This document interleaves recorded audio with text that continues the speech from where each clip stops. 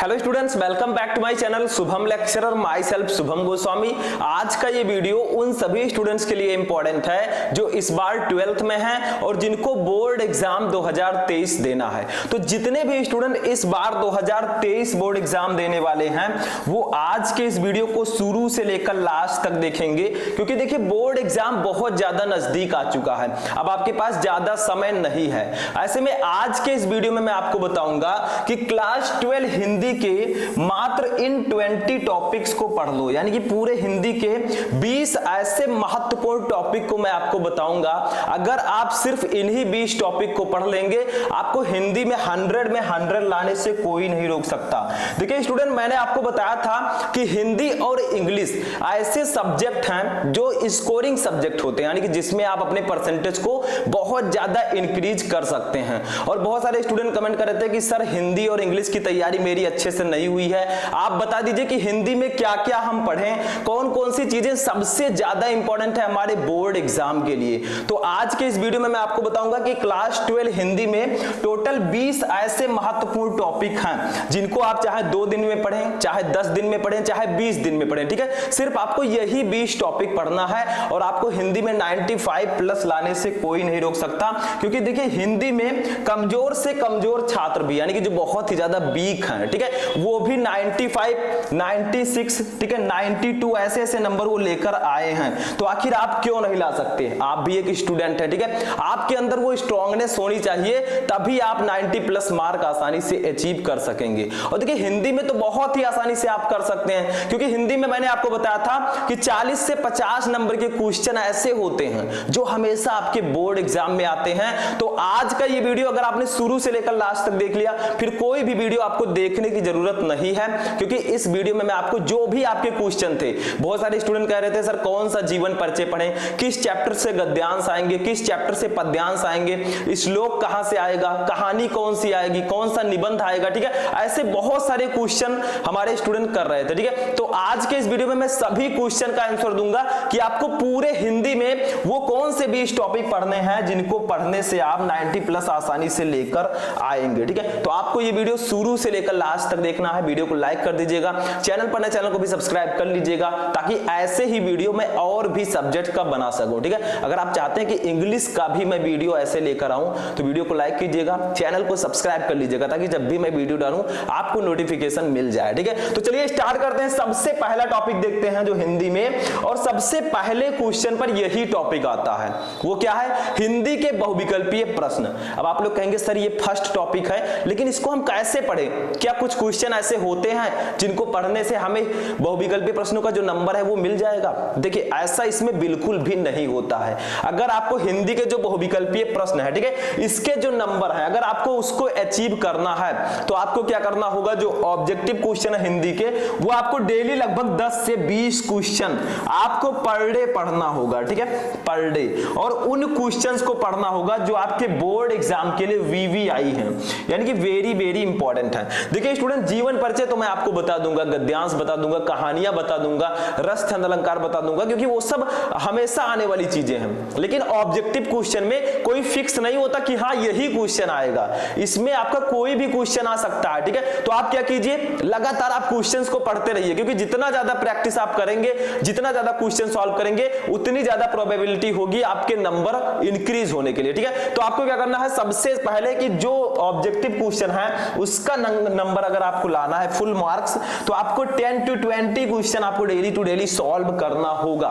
ठीक है, वैसे ऑब्जेक्टिव क्वेश्चन जो भी इंपॉर्टेंट है उसका एक प्लेलिस्ट मैंने चैनल पर बना दिया है, आप जाइए हमारे चैनल शुभम लेक्चरर पर और प्लेलिस्ट में जाइए, जितने भी ऑब्जेक्टिव क्वेश्चन इंपॉर्टेंट है उन सब का वीडियो मैंने बना दिया। ठीक है, तो वहां से जाकर आप देख सकते हैं। और 10 नंबर का जो ये क्वेश्चन आता है बहुविकल्पीय प्रश्न का, इसको आप ऐसे नहीं जाने दे सकते, क्योंकि 10 नंबर अगर आपका कम हो जाएगा तो आपका परसेंटेज तुरंत गिर जाएगा। ठीक है, तो आप ज्यादा से ज्यादा ऑब्जेक्टिव क्वेश्चन को सॉल्व कीजिए, क्योंकि इसमें कोई फिक्स नहीं है कि हाँ यही क्वेश्चन आएगा, लेकिन कुछ ऐसे क्वेश्चन हैं जो रिपीटेड हैं, हमेशा आते हैं, उसको आप जाकर पढ़ लीजिए। ठीक है, तो ये था पहला टॉपिक जिसमें ऑब्जेक्टिव क्वेश्चंस थे, तो इसको आपको daily to daily question solve करना होगा, यही इसका एक रास्ता है आपको फुल मार्क्स लाने का। ठीक है, दूसरा टॉपिक देखिए क्या है?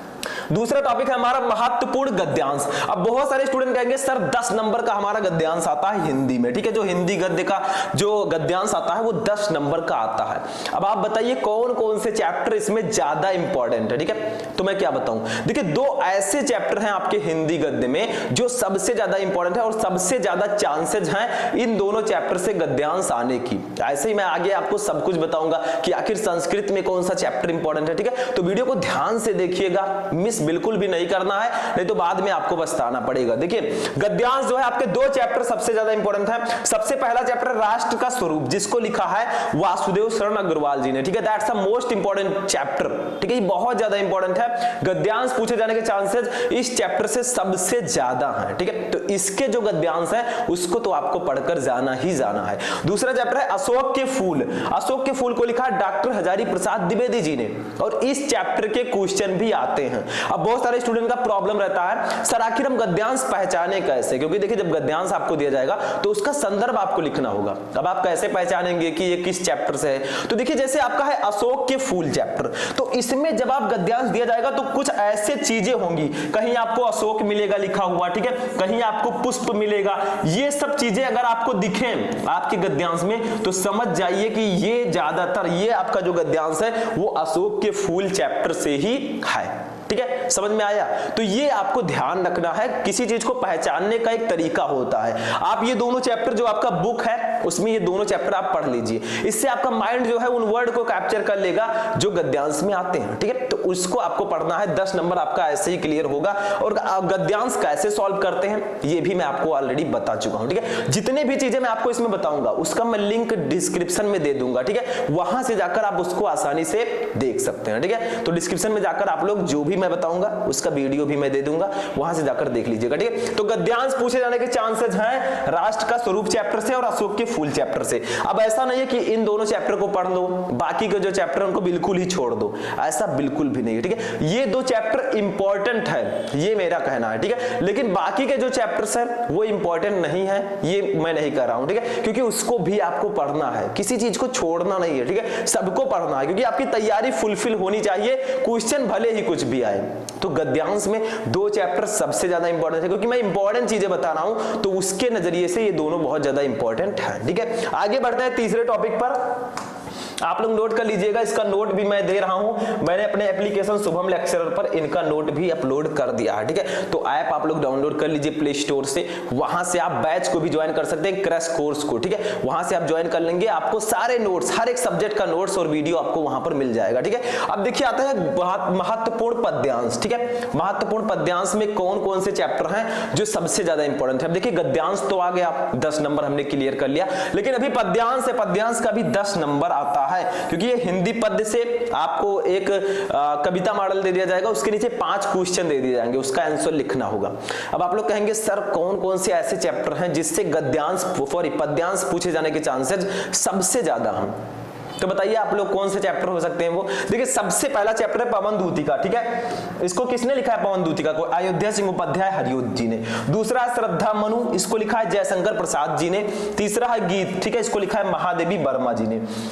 तो ये 3 ऐसे चैप्टर हैं जो सबसे ज्यादा इंपॉर्टेंट है और सबसे ज्यादा चांसेस हैं इन चैप्टर से पद्यांश आने के, ठीक है, क्योंकि आप प्रीवियस ईयर पेपर उठाकर देख लीजिए, जो चैप्टर्स मैंने बताया है उसमें चैप्टर्स में से जो पद्यांश है और गद्यांश जरूर आते हैं।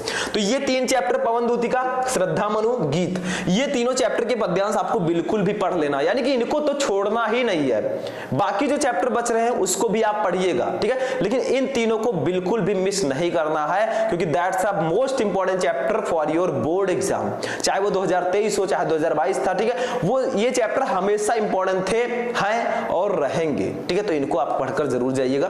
तीसरा हो गया टॉपिक। चौथा टॉपिक देखिए जो सबसे ज्यादा इंपॉर्टेंट है वो है लेखक का जीवन परिचय। अब देखिए लेखकों का जीवन परिचय आता है हमारे में, या साहित्यिक परिचय बोले या जीवन परिचय बोले, दोनों सेम है, लगभग सेम है, ठीक है। तो इसमें बताइए कि कौन कौन से लेखक हैं। बहुत सारे स्टूडेंट कह रहे थे सर किस लेखक का हम जीवन परिचय पढ़ें ताकि हमारा 5 नंबर क्लियर हो जाए, ठीक है। अब मैं यहाँ पर लेखक आपको बता दे रहा हूं, पहले इनका आपको जीवन परिचय पढ़ना है, ठीक है, क्योंकि ये दोनों बहुत ज्यादा इंपॉर्टेंट है। सबसे पहला है वासुदेव शरण अग्रवाल। देखिए लेखकों की मैं बात कर रहा हूं तो वासुदेव शरण अग्रवाल जी का नाम सबसे पहले आता है, क्योंकि ये बहुत ज्यादा इंपॉर्टेंट है, इनका साहित्यिक परिचय आता रहता है। ठीक है, दूसरा चैप्टर आचार्य हजारी प्रसाद द्विवेदी जी, इनका भी जीवन परिचय आता है। तो दो ऐसे लेखक हैं हमारे लेखकों के जीवन परिचय में जिनके आने के चांसेस 99% है, दोनों में से एक तो आएगा ही, लेकिन बाकी जो एक दो बचे हैं उनको भी आप पढ़ लीजिएगा। ठीक है, एक नजर देख लीजिएगा, लेकिन इन दोनों को बिल्कुल भी मिस नहीं करना है, यानी कि ये वे लेखक हैं जिनका आना तय है। ठीक है, लगभग तय है, लेकिन मैं तो पेपर बनाऊंगा नहीं, पेपर आपका एग्जामिनर बनाएगा। ठीक है, जो वहां पर बनाने वाले होंगे वो बनाएंगे। मैं तो एक बता सकता हूं आइडिया कि हाँ यही आएगा, ये आ सकता है। ठीक है, लेकिन मैं 100% गारंटी नहीं ले सकता कि हाँ यही आएगा। ठीक है, ये आप ध्यान रखिएगा। तो ये जो है सबसे इंपॉर्टेंट है। देखिए पांचवा टॉपिक क्या है। अब देखिए लेखक का जीवन परिचय हो गया, तो कवि को हम भूल नहीं सकते, कवियों का भी जीवन परिचय जानना होगा। तो इसमें कौन कौन से कवि इंपॉर्टेंट है जिनका जीवन परिचय हमें पढ़कर जाना चाहिए, बताइए। तो कवि में भी दो कवि ऐसे हैं जो सबसे इंपॉर्टेंट है, जिनका जो नंबर है सबसे ऊपर आता है। ठीक है, समझ में आया, सबसे नंबर 1 लाइन में है ये। सबसे पहला है जयशंकर प्रसाद जी, कितना इंपॉर्टेंट है, आप हाई स्कूल से इनको पढ़ते आ रहे हैं। दूसरा है महादेवी वर्मा जी। ठीक है, ये दोनों जो कवि हैं ये हमारे 12th में हैं, और इन दोनों का जीवन परिचय आपको पढ़कर ही जाना है। ठीक है, और इनकी रचनाएं भी अच्छे से पढ़ लेना ताकि लिखते समय आपको कोई भी प्रॉब्लम का सामना ना करना पड़े। ठीक है, तो ये जो दोनों कवि हैं इनका जीवन परिचय आप जरूर पढ़िएगा, क्योंकि दैट्स द मोस्ट इंपॉर्टेंट, ये सबसे ज्यादा इंपॉर्टेंट है। ठीक है, अब ये बात आप ध्यान रखिएगा, जो इनके जो कविताएं हैं, ठीक है, इनके जो इन्होंने लिखा है वो चैप्टर भी इंपॉर्टेंट है और ये कवि भी इंपॉर्टेंट है, यानी कि वो चैप्टर कितना ज्यादा इंपॉर्टेंट है वो आप समझ सकते हैं। ठीक है, ये भी हो गया। Next topic number 6 number topic है, देखिए पंचलाइट कहानी का सारा उद्देश्य तथा सारांश। देखिए आपकी बोर्ड एग्जाम में कहानी आता है, कहानियां आती हैं। ठीक है, इसमें जो पंचलाइट कहानी है, ये कहानी आपको अगर आप नहीं पढ़ेंगे तो इसका नंबर आपका बिल्कुल कट ही हो जाएगा, क्योंकि देखिए पंचलाइट कहानी जो है सबसे ज्यादा इंपॉर्टेंट है। और पंचलाइट कहानी में दो चीजें आती हैं, एक तो ये आएगा कि पंचलाइट कहानी के सारांश पर प्रकाश डालिए, या फिर ये आएगा पंचलाइट कहानी के उद्देश्य पर प्रकाश डालिए। तो पंचलाइट कहानी का उद्देश्य भी आपको पढ़ लेना है, पंचलाइट कहानी का सारांश भी पढ़ लेना है, क्योंकि दोनों इंपॉर्टेंट हैं। और मैं आपको ऑलरेडी बता चुका हूं कि आपको कैसे लिखना है, कितने वर्ड में लिखना है। ठीक है, आप सर्च करेंगे पंचलाइट कहानी का सारांश शुभम लेक्चरर, आपको वीडियो मिल जाएगा, जो भी सर्च करना है। ठीक है, आप सर्च करके देख सकते हैं, डिस्क्रिप्शन में भी मैं लिंक दे दूंगा। ठीक है, तो यहां पर पंचलाइट कहानी का उद्देश्य और इसका सारांश जरूर पढ़ना है, क्योंकि ये हमेशा आने वाले टॉपिक हैं और इस बार भी आएंगे। ठीक है, ये बात ध्यान रखिएगा, कहानियों में पंचलाइट और बहादुर। ठीक है, अभी आगे हो सकता है बहादुर कहानी भी। तो देखिए 7 नंबर टॉपिक है बहादुर कहानी का उद्देश्य तथा सारांश। इसमें जो बहादुर कहानी है ये भी बहुत ज्यादा इंपॉर्टेंट है। मैंने आपको पहले ही बताया था कि जो बहादुर कहानी है इसको आपको जरूर से जरूर पढ़ लेना है, क्योंकि बहादुर जो है वो वैसे ही बहादुर हैं और आप इनका सारांश याद करके बोर्ड एग्जाम में बहादुरी दिखा सकते हैं, मतलब एक मजाक है। ठीक है, तो बहादुर कहानी का सारांश और उद्देश्य आपको पढ़ लेना है। तो यहां पर हमें देखने को मिला कि जो दो कहानियां हैं पंचलाइट और बहादुर, इसको जरूर पढ़ के जाना है, क्योंकि इनके बिना आपकी तैयारी अधूरी है। देखिए जो भी टॉपिक मैं बता रहा हूं वो सभी इंपॉर्टेंट है, इसको नोट कर दीजिएगा चाहे जहां, लेकिन इनको आप फॉलो भी कीजिएगा, सिर्फ नोट करने से नहीं होगा, उसको देखिए समझिए। क्योंकि बहुत सारे स्टूडेंट का जो कमेंट था कि सर हिंदी पर एक वीडियो बनाए कि हिंदी में टॉपिक कौन कौन से इंपॉर्टेंट है, तो आप लोगों के कमेंट को मैंने यहां पर पिकअप किया है और उसी के अकॉर्डिंग मैं वीडियो बना रहा हूं कि आप लोग जान सकें कि आखिर हिंदी में हमें क्या पढ़ना चाहिए। जो लोग बिल्कुल अनजान है, जिनकी तैयारी बहुत अच्छे से नहीं हो पाई है, उनके लिए वीडियो बहुत इंपॉर्टेंट है। ठीक है, आगे देखिए टॉपिक नंबर 8। देखिए 8 नंबर टॉपिक है खंड काव्य। अब बहुत सारे स्टूडेंट देखिए खंड काव्य पर बहुत कमेंट आते हैं कि सर आखिर खंड काव्य हमें कौन सा पढ़ना चाहिए। तो देखिए खंड काव्य जो होता है आपके डिस्ट्रिक्ट वाइज होता है, अब इसमें मैं नहीं बता सकता। ठीक है, जैसे आप यूपी से हैं तो यूपी में कई डिस्ट्रिक्ट हैं, कई जिले हैं। ठीक है, तो उनमें क्या होता है 3-3, 4-4 जिलों का एक वो बना दिया गया ग्रुप, और उसमें ही खंड काव्य आते हैं। ठीक है, जैसे खंड काव्य में क्या है ये आपका अलग अलग आता है, किसी में त्यागपथी है, जैसे हमारे यहाँ त्यागपथी है। ठीक है, त्याग पथी, किसी में रश्मि रथी है, देखिए कई प्रकार से हैं रश्मि रथी।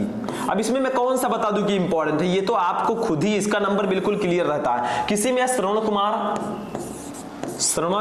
कुमार, ठीक है, तो तो इसमें कोई फिक्स नहीं है कि यही आएगा, इसमें आपका फिक्स होता है। देखिए इसमें ये फिक्स होता है कि जिस जिले से आप हैं, अपने टीचर से, हिंदी वाले टीचर से या किसी से भी पूछ लीजिए। जैसे मैं यहां से हूं गोंडा फैजाबाद, ठीक है, तो यहां पर गोंडा में जो है त्यागपति है, ठीक है। आप जहां से हैं वहां से आप अपना देख सकते हैं, क्योंकि डिस्ट्रिक्ट में इसमें अलग अलग होता है। बहुत सारे स्टूडेंट कहते हैं सर खंडकाव्य, मेरा खंडकाव्य पर वीडियो बनाइए। अब मैं त्यागपति पर बनाऊंगा तो आपके यहाँ रश्मि रति रहेगा, श्रवण कुमार रहेगा, तो प्रॉब्लम नहीं हो जाएगी। तो खंडकाव्य आपको खुद ही पढ़ना है, ठीक है, क्योंकि उसमें आपको डिस्ट्रिक्ट वाइज रहेगा, जो आपके जिले में है उसके बारे में आप पढ़ लीजिए, ठीक है। नंबर 1 बात। 8 नंबर टॉपिक भी हो गया। नेक्स्ट टॉपिक देखते हैं। अब आते हैं अपने खंड बा यानी कि व्याकरण सेक्शन पर, जो हमारा हिंदी व्याकरण है, ठीक है, जो 50 नंबर का हमारा जो क्वेश्चन पेपर है वो फिनिश हो चुका है। अब 50 नंबर का जो बचा है जिसमें संस्कृत और व्याकरण आते हैं, उसको देखते हैं कि आखिर इसमें क्या क्या इंपॉर्टेंट है।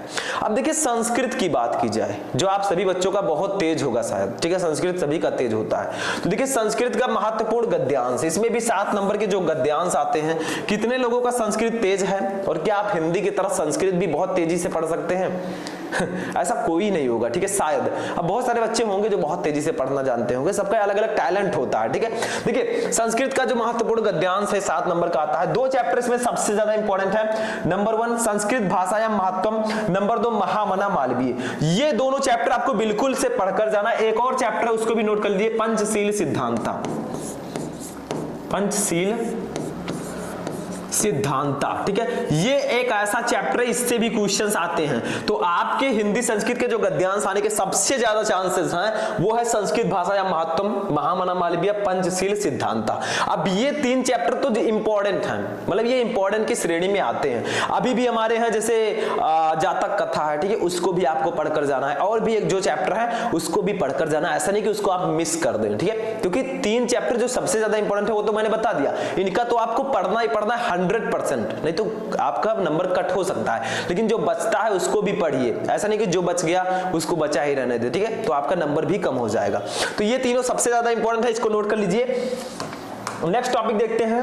नेक्स्ट टॉपिक है संस्कृत का महत्वपूर्ण पद्यांश। अब जब गद्यांश 7 नंबर का आएगा तो पद्यांश भैया भी 7 नंबर के ही आएंगे, ठीक है। और इसमें आप सभी को पता है कि जो पद्यांश होता है या इसे श्लोक भी बोलते हैं, तो हमारे संस्कृत में एक ही ऐसा चैप्टर है जिसमें पूरा श्लोक ही दिया गया है। वो कौन सा चैप्टर आप लोग बताइए? वो चैप्टर है सुभाषित रत्नानी। यही एकलौता चैप्टर है जिसमें सिर्फ श्लोक ही श्लोक दिया गया है।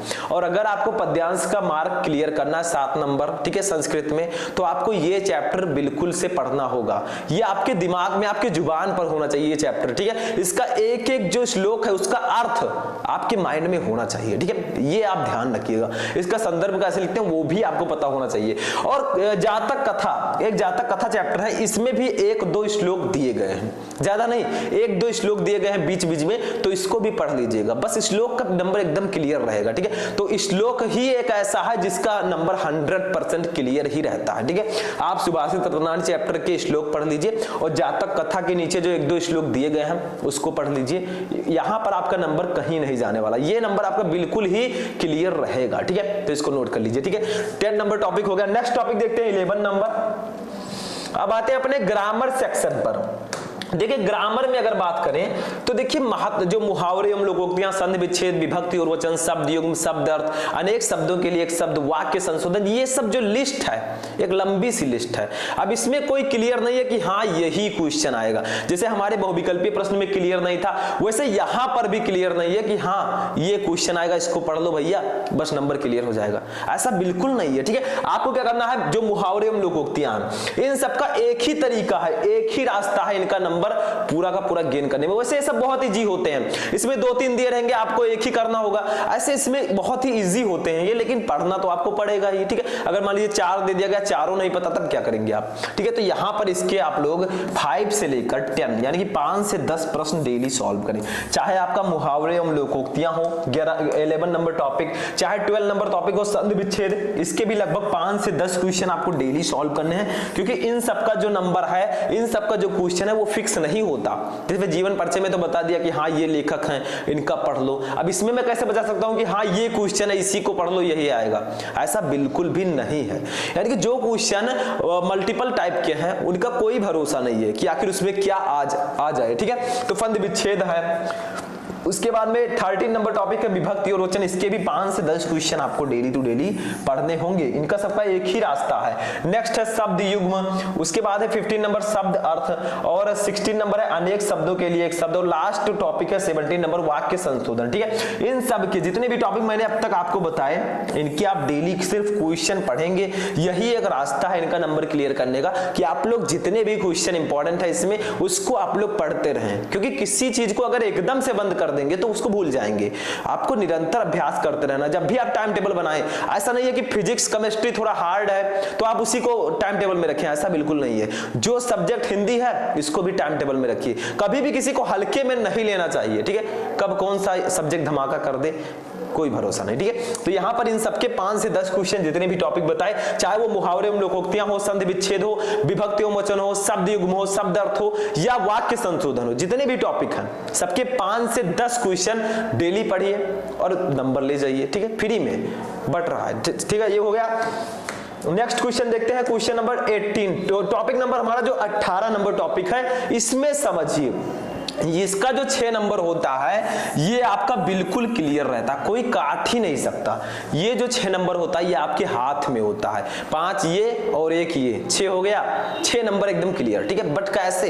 देखिए इसमें है रस छंद अलंकार। रस छंद अलंकार तीनों भाई भाई हैं। रस को हमने अलग कर दिया यहां पर। ठीक है, वैसे अलग नहीं करना चाहिए था। छंद को हमने यहां पर कर दिया, अलंकार को हमने यहां पर कर दिया। ठीक है, ये सब 2-2 नंबर के आते हैं। जो तीनों टॉपिक मैंने लिखा, ठीक है, ये इन तीनों का जो नंबरिंग होता है ये भैया 2 नंबर के, ये 2 नंबर के, ये 2 नंबर के, ऐसे आएगा। हास्य रस अथवा वीर रस की परिभाषा सहित उदाहरण लिखिए। तो आपको करना क्या, रस में आप क्या क्या पढ़ लीजिए, हास्य रस, करुण रस। मैं लिख दे रहा हूं साइड में। ठीक है, ये नंबरिंग तो आपको पता चल गया। ठीक है, यहां पर आप पढ़ लीजिए हास्य रस, करुण रस, करुण। ठीक है, और इसके बाद में वीर भैया एक है, वीर रस। ठीक है, इन तीनों को पढ़ लीजिए, 2 नंबर कहीं नहीं गया। छंद में आप पढ़ लीजिए दोहा, चौपाई। ठीक है, दोहा, चौपाई, सोरठा, कुंडलियां। ठीक है, ये 2-3 पढ़ लीजिए, आपका 2 नंबर कहीं नहीं गया। इसमें कुछ है नहीं, सिर्फ मात्राएं गिनना आपको आना चाहिए। कुंडलियां, ठीक है, ये हो गया। अब देखिए अलंकार में क्या क्या है, जैसे आपका रूपक अलंकार हो गया। ठीक है, रूपक, यमक, श्लेष हो गया। ठीक है, उपमा हो गया, उपमा कर दीजिए यहां पर, उपमा, उत्प्रेक्षा अलंकार, ऐसे कई अलंकार हैं। ठीक है, तो रस में, छंद में, अलंकार में क्या क्या पढ़ना है। देखिए रस में आप हास्य रस, करुण रस, वीर रस। छंद में दोहा, सोरठा, चौपाई, कुंडलियां। अलंकार में रूपक, यमक, श्लेष, उपमा, उत्प्रेक्षा। ठीक है, ये सब अगर पढ़ लेते हैं 6 नंबर आपका कहीं नहीं गया। ठीक है, और इनका मैंने एक वीडियो बना रखा है, मतलब रस, छंद, अलंकार तीनों एक ही वीडियो में। वो वीडियो अगर आपने नहीं देखा मैं डिस्क्रिप्शन में लिंक दे दूंगा, जाकर देख लीजिएगा, या फिर यूट्यूब पर आप सर्च कर सकते हैं रस, छंद, अलंकार, शुभम लेक्चरर, आपको वीडियो मिल जाएगा। उसमें मैंने रस को भी, छंद को भी, अलंकार तीनों को एक ही वीडियो में बता दिया। यानी कि 6 नंबर क्लियर करने का वही एक रास्ता है। ठीक है, अगर आपको नहीं पता है तो। ठीक है, तो ये आपका हो गया 6 नंबर का पूरा क्वेश्चन। तो ये क्लियर करना है, जाकर इन सभी को पढ़ लीजिए, बस आपका क्लियर हो जाएगा। ये सब रखे रहते हैं एकदम हाथ में आपके। ठीक है, अगर आप चाहें तो इसको कैद कर दें और चाहे तो इसको छोड़ दें। ठीक है, उड़ने के लिए। तो ये आपका हो गया रस, छंद, अलंकार। नेक्स्ट टॉपिक 19 नंबर टॉपिक देखिए क्या है, पत्र लेखन। अब पत्र लेखन में मैं क्या बताऊं, देखिए पत्र लेखन में कोई फिक्स नहीं है कि हाँ यही पत्र आएगा, बस आप लिख लेंगे बस हो जाएगा। ठीक है, ऐसा बिल्कुल भी नहीं है। इसमें आपको क्या करना होगा, पत्र लेखन में आप लोग समझिए कि पैटर्न, लिखने का जो तरीका है, ठीक है, लिखने का तरीका, जो पत्र लिखा जाता है वो कैसे लिखा जाता है, ये अगर आपको पता हो गया तो आप किसी भी टॉपिक पर पत्र चुटकियों में लिख सकते हैं। ठीक है, बस आपको लिखने का तरीका पता होना चाहिए। क्योंकि देखिए मान लीजिए आप पत्र लेखन में कोई पत्र लिखना आप याद कर कर चले गए, अब वहां बोर्ड एग्जाम में नहीं आए तो क्या करेंगे, आप उस पत्र को लीजिए और ये समझने का प्रयास कीजिए कि आखिर इसको लिखा कैसे गया है, किस तरह से, किस पैटर्न से इसे लिखा गया। ठीक है, क्योंकि किसी चीज को सेम टू सेम कॉपी करके पेस्ट करने से कोई फायदा नहीं है। ठीक है, अगर आप उसको समझेंगे और अपनी भाषा में लिख देंगे तब भी एग्जामिनर आपको पूरा नंबर दे देगा। बस आप लिखने का तरीका समझिए, क्योंकि कोई पता नहीं है कि हाँ इसी टॉपिक पर पत्र लिखना आएगा। ठीक है, तो ये एकदम क्लियर नहीं रहता। तो पत्र लिखने में आपको एक ही काम करना है, लिखने का जो तरीका है वो आपको अगर पता है तो किसी भी टॉपिक पर पत्र आ जाएगा, आप बहुत आसानी से बहुत ही अच्छी तरीके से लिख लेंगे। क्योंकि इसमें एग्जामिनर देखता है कि आपने लिखा कैसे, कहीं उल्टा सीधा तो आपने नहीं लिख दिया, वर्ड को इधर उधर तो नहीं लिख दिया, ये सब चीजें इसमें इंपॉर्टेंट होती हैं। ठीक है, तो ये आप समझ लीजिए, इसमें कुछ इंपॉर्टेंट मैं नहीं बता सकता। नेक्स्ट देखिए, लास्ट टॉपिक 20 नंबर टॉपिक, इसको समझिए। देखिए निबंध, निबंध में आपको क्या करना है, देखिए निबंध में 3-4 निबंध मैं बता दे रहा हूं, उसको आपको लिखना जरूरी है। लेकिन आप निबंध जब भी लिखें एक चीज आप ध्यान दें, आपको हेडिंग पर विशेष ध्यान देना है। ठीक है, कि हेडिंग कैसे हमें डालना है। अगर हेडिंग आपको पता है पूरा, तो आप किसी भी टॉपिक पर निबंध आसानी से लिख सकते हैं। और आपको पता है जब भी हम निबंध लिखते हैं तो सबसे पहला जो हेडिंग होता है वो होता है प्रस्तावना। ठीक है, और जो सबसे लास्ट में हेडिंग होता है वो होता है उपसंहार। ये दोनों हेडिंग बिल्कुल से याद रखिएगा, नहीं तो प्रॉब्लम हो जाएगी। अगर इन दोनों में से कोई भी हेडिंग आपने एक नहीं डाला तो आपका नंबर कट हो जाएगा। ठीक है, तो 4 मैं ऐसे टॉपिक बता रहा हूं जिस पर आप निबंध पढ़ लीजिएगा, क्योंकि ये चारों इंपॉर्टेंट हैं। देखिए फर्स्ट है पर्यावरण प्रदूषण समस्या और समाधान, दूसरा है आतंकवाद समस्या और समाधान, तीसरा है भारत में बेरोजगारी की समस्या, ठीक है, और चौथा है कोरोना वायरस और भारतीय अर्थव्यवस्था। ये 4 टॉपिक जो हैं इस पर निबंध लिखने का जो चांसेस है आने का वो 90% है। देखिए इनको आप पढ़कर जाइएगा। एक मैं आइडिया बता रहा हूं कि हाँ इन 4 निबंध को पढ़ लो, ठीक है, इनके चांसेस हैं आने के, ये बताना जरूरी है। लेकिन इनमें भी हेडिंग आपको पहले क्या करना है, देखिए पहले प्रस्तावना डालना है, ठीक है, फिर उसके बारे में थोड़ा बहुत लिखना है, फिर आपको लास्ट में उपसंहार डालना है। हेडिंग अगर आपको पता है निबंध में तो आपका नंबर बिल्कुल भी नहीं कटेगा। और जब भी आप इनको पढ़ें, आप सिर्फ पढ़िए, इसको समझिए। ऐसा नहीं है कि लाइन टू लाइन आप याद कर दें, याद करने से कुछ नहीं होगा। ये भी पत्र की तरह है, ठीक है, इसमें आपको लिखने का तरीका और हेडिंग पता होना चाहिए। इसमें जो सबसे इंपॉर्टेंट वैल्यू है वो है हेडिंग की, ठीक है, ये पता है तो आप निबंध में अच्छा नंबर ला सकते हैं। क्योंकि एग्जामिनर इसमें हेडिंग देखना आपने कैसा हेडिंग डाला है, बीच में आप थोड़ा बहुत मिक्स करके भी लिख देंगे, कोई प्रॉब्लम नहीं है, ठीक है, आपको नंबर मिल जाएगा। लेकिन ये बात आपको विशेष कर ध्यान देना है, ठीक है।